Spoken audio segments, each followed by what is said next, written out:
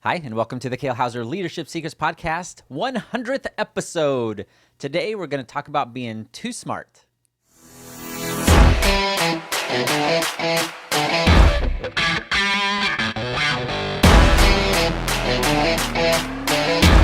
Hello, everybody, and welcome back to the Kale Houser Leadership Secrets podcast. My name is Kale Houser.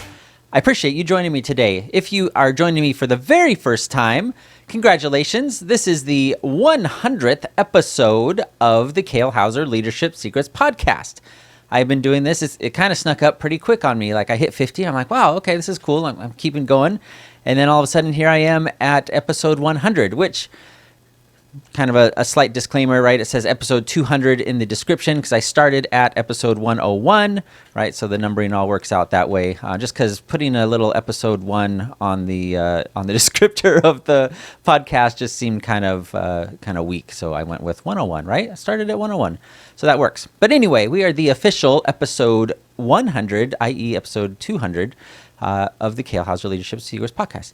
If you have been one of the few, besides my mom and my wife, who have listened to every single one of my episodes, thank you so much and congratulations. You are hopefully have been equipped with some actual practical, tactical tools that you can implement into your business and into your teams and into your relationships and into your society, your church, your clubs, whatever that is, to make some phenomenal leadership decisions, leadership actions to lead your teams to greatness and become definitely more connected in those ventures.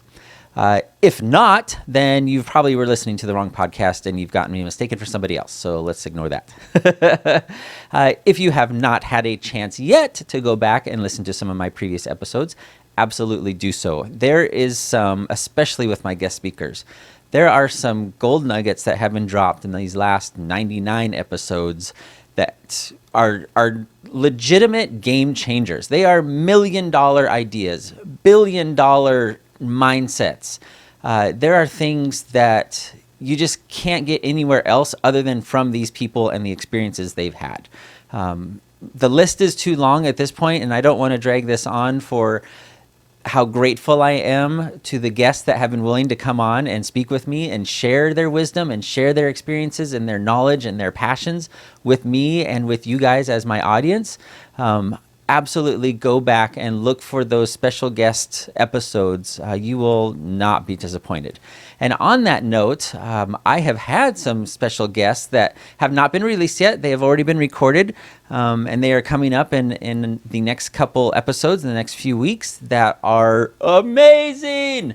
Like, I am so incredibly blessed that I have got people in my sphere that are willing to donate their time and donate their energy and their expertise and their everything to impart their knowledge and their lessons learned to you and to me. Well, really, it's for me, because these are people like, man, I really want to learn from this person, or I really think what they're doing is amazing, and I want to get a peek into their world. And the side benefit of that is I get to share that with you. And I get to give them an additional platform to spread their message and what it is they're doing to impact their teams, their organizations, and their society, their communities. So please make sure to listen to those episodes specifically. And then if there's something you're struggling with, like acutely in your business right now, that you maybe stumbled upon this episode or somebody recommended it to you, do a search. You know, I've covered a lot of different topics in these last 100 episodes, well, 99 episodes. And there's bound to be something there for you that can help you right now. If there is not, please visit kalehouser.com. At the bottom or at the top, you can click the contact me to book a call.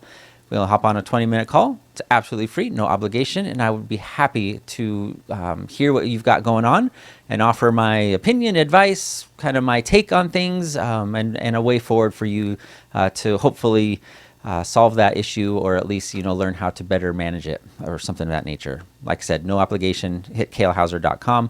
Or if you don't want to do that, you can absolutely send me an email at kale@kalehouserleadership.com. Cool.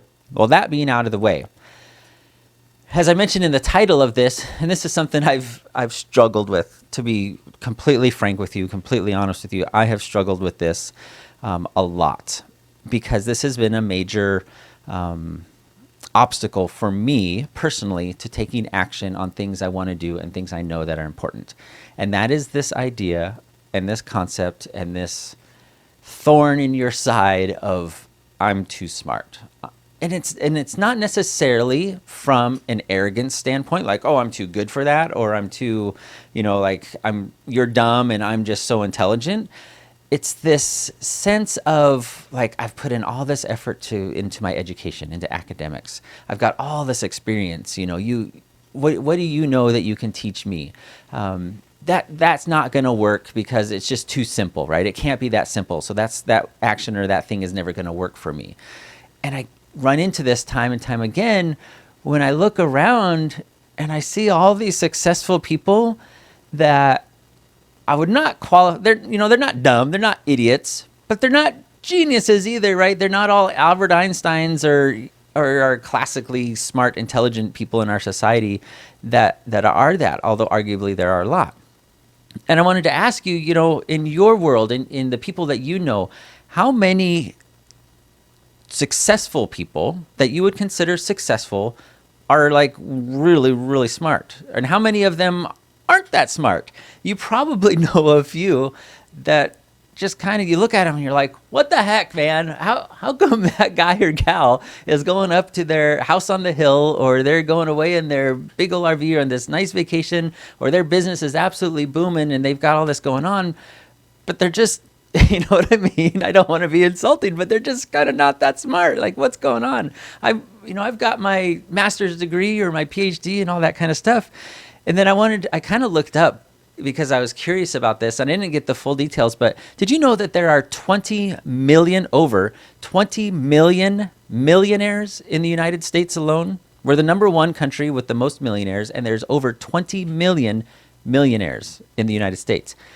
How many of those do you think have PhDs? How many of those do you think have master's degrees or even bachelor's degrees? My bet is not a huge percentage of them. My bet is these are guys and gals that put their nose down, they did the work, they got out of their own way, and they made it happen. They figured it out. They weren't too prideful. They weren't too smart to get it done, to take action, to do it now, right? We've had this episode before talking about doing it now. And this is a little bit of intermingling with that. But then conversely, how many smart people, like I've known some legitimately very intelligent, very smart people in my life. How many of them that you know live paycheck to paycheck? How many of them that you know have failed businesses? I do. I know some of those people, guys and gals, that are wicked smart, but they'll never move beyond kind of middle class. And I am certainly measuring success in this sense because this is like business podcast and we go with that. There are other levels of success relationally, family, all those types of things. Absolutely. I'm not ignoring those. But for this context, in the sense of business and what qualifies as success of, being able to earn enough revenue and income to provide for your family, to do the things you want, to have that freedom, that financial freedom. Absolutely. This is what I'm referring to. How many of those wicked smart people live paycheck to paycheck? They will never go on a 1-month European tour, right? Like catch a Viking cruise that goes all the way down the European rivers and visits all these countries because they're wicked expensive. They'll never have that opportunity, even though they're like legitimately super, super smart, whether academically or just kind of smart. You know what I mean? Like, I don't know how to define it exactly, but you just, when you're talking to them and you're interacting with them, you're like, man, that is a smart gal. That is a smart guy. Like, I want to hang out with them more because they are so smart. But then you dig into a little bit deeper and you realize like, oh, wow, they did have a failed business back there and they're continuing to, and they're beating their head against the wall or something like that. So this episode really is about getting out of your own way, getting out of my own way, me getting out of my own way. And this is more of a reminder episode for me than anything else. And you just get to sit here and listen to me and kind of see a peek into my mind and my brain and how it works. Because I absolutely went through a phase of, I'm a pretty smart guy. I know what's up. I've got it all figured out. I've got this plan put in place. And then in hindsight, and as I've gotten older and things have happened, things in my control and things out of my control have made me realize, one, yeah, okay, you've got some education, you got your degree, but you were never the top of your class. You were far from it. And there were some classes, man, you got by in the skin of your teeth. I've got a couple friends that can attest to that in college. Same thing when I was going after my master's degree, right? Because of course in the military, higher education is very encouraged, and certainly being on the officer end, getting your upper level master's degrees is very good for you and your career and promotion, all those things. So it was never something I felt absolutely driven to in my life of like, oh, I really want to get my master's degree and have that certificate. That was never about that for me. It honestly was 98% about, okay, I need to do this to be most competitive for my career, right? And as I get ready to promote to higher ranks and it becomes more competitive with my peers and they have master's degree and I don't, and all these things, right? That's what really was the driving factor for me. It was never an academic accomplishment sense. Even when I got the degree, I'm like, okay, cool, because I knew I would never be using it. It was kind of one of those check marks for the career path versus I got it because I was going to be applying all this learned knowledge in a practical sense to a career or a project or anything of that nature. But I digress a little bit from that. And what this really comes down to is about taking action and how, well, no, I was talking about giving you a peek into my own brain. And at one point I thought I had myself, my family, Liz and I, our boys kind of all set up on the path, especially in the military path, that getting that mythical magic pension at the 20-year mark in the military. Like that's all you're going for, right? And then you start doing the math on it. And the math isn't awesome. Once you get to that 20-year mark, again, anyone can see it. You can look up, 2022 military pay charts. You can look it all up there. It goes by rank and year.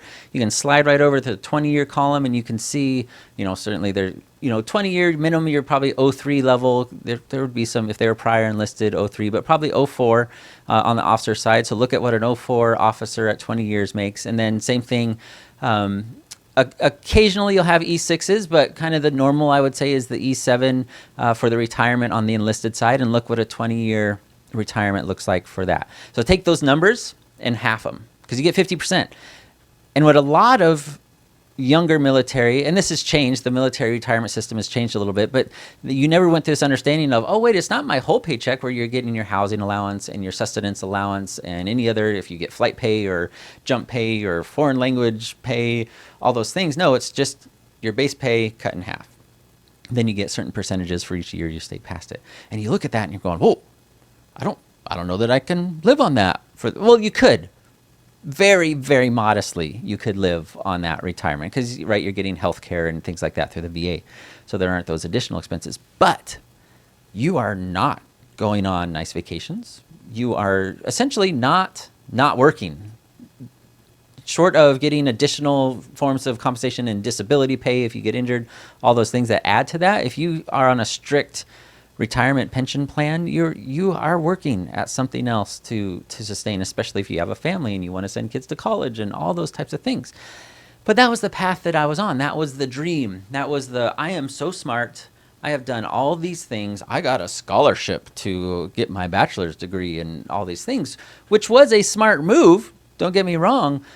But on the end of it, becoming this person that had this little bit of attitude that I've got it all together. You don't need to tell me what to do. I've got this plan, and I'm not open to anything else at this point. Until something happens that you realize, oh, my plan kind of sucks. I'm not that smart. This plan that I devised and put all my eggs in this one basket is really kind of full of holes. It was doomed to failure from the start because you are so smart that you closed your mind off to learning anything new, to trying anything new, to persevering with anything new, especially if you tried something and you ran into an obstacle. Raise your hand if that's you. That was me several times throughout my career. Until you finally come to this understanding. And I think I've come to this understanding in my life of realizing, despite my education, despite the experiences that I've had in the military and being deployed and going through, some hardships in my life and the experiences that Liz and I have had in our marriage and, some of the hardships that we've had, there is always more to learn. You are never done learning. You have never reached this pinnacle of being so smart that it's over, right? And this is where a lot of people find ourselves. And I find myself repeatedly is having to remind myself and remind my approach to life and my approach to our business that I'm not too smart to do those tasks. I'm not too smart to realize that I don't know everything there is to know about marketing, even though I've taken a lot of classes and seminars and conferences and videos, all kinds, and books about marketing, that there's still so much to learn. And there are people that are way better at it than me. And the same with, sales, with everything, content creation. There are way better podcasters out there than me. Surprise, surprise, right? Although I will be honest, that is something that I've never considered myself. I've never had that issue with podcasting in general. This is something I do because I love doing it, and I'm hoping that I'm helping a couple people out there. But I wanted to let you know that it is okay sometimes, if this is you and you run into these situations where your initial kind of gut reaction is, this is beneath me, like I'm too smart to do this, or I've gone to school too long, I've got my PhDs or my MBAs, whatever 3, 5, 10-digit alphabets after your name that you put in your digital signature. It is okay to be dumb and just accept and do versus being smart and never taking action. Okay, I'm going to say that again. It is okay, and I give you permission when you are faced with a decision to just kind of be dumb and go, yep, I'm going to do that. Just accept it and do it versus going into this analysis mode and this loop of, I'm too smart, these are all the reasons why I shouldn't do it, the risk is too high, potential losses. But like, man, what if it did work? And what if just by you stepping out and taking action and apply some common sense, apply your experience to those things. Don't, go out and take your entire life savings and buy, $20,000 worth of Powerball tickets and hoping to hit the $500 million Powerball that it gets to occasionally. Like, apply some smarts to that. But at the same time, don't let your smarts stop you from stepping out and going after something that you've always wanted to do, but you continue to convince yourself that it's not the right choice or the smart decision. Because honestly, if we did that for all of our life, we would probably never meet the spouse that we were intended to be with. We would never join the group or the community or the church or the service project or the mission. All those things that take that little bit of step of faith that is so easy for us to convince ourselves is a bad decision or a not smart decision, right? Quote unquote. So that's kind of my take. Again, 100th episode, a little bit of I don't know if a rant is the right word, but I absolutely want to encourage you. If you are that type of person that has this, and you've recognized it, you have this tendency to stop doing things or never start doing things, to not take action because you feel it is, whether it's beneath you, not in an arrogant sense. I'm not calling you arrogant because I don't think that's the case, because arrogance is, when you push that on other people. I'm talking about inside of yourself and you're like, man, I really want to go do that, but man, is that for me? Why should I be doing that? I've done too much. I've had too much experience to go to that sales seminar again. I've been selling cars for, 15 years. Like, what are they going to teach me? Right? That's what I'm talking about, is those applications.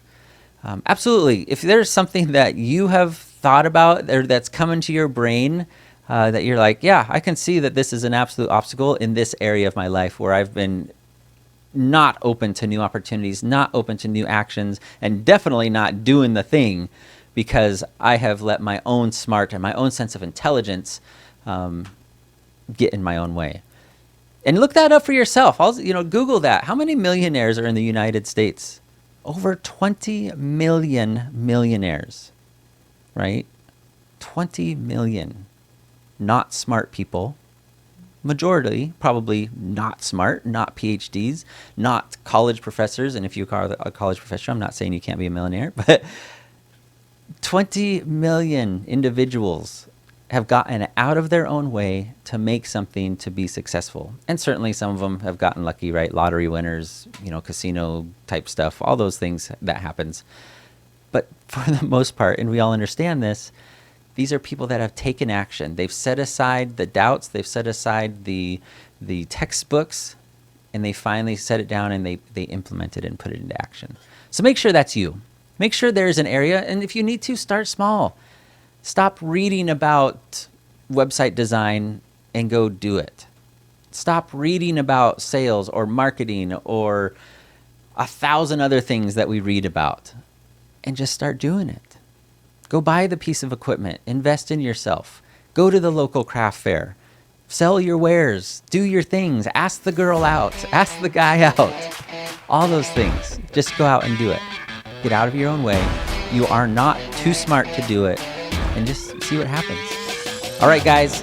I hope this is beneficial. I hope it was a little bit on the inspirational side and the encouraging side, and not so much the downer side of smart people can't be successful. Thank you for joining me. I really do appreciate it. Like I said, please make sure to tune in to future episodes. We are going to have some pretty phenomenal guests, and I honestly can't wait to share them with you. All right, have a fantastic afternoon, no matter where you're at in the world. We'll talk to you soon. Bye.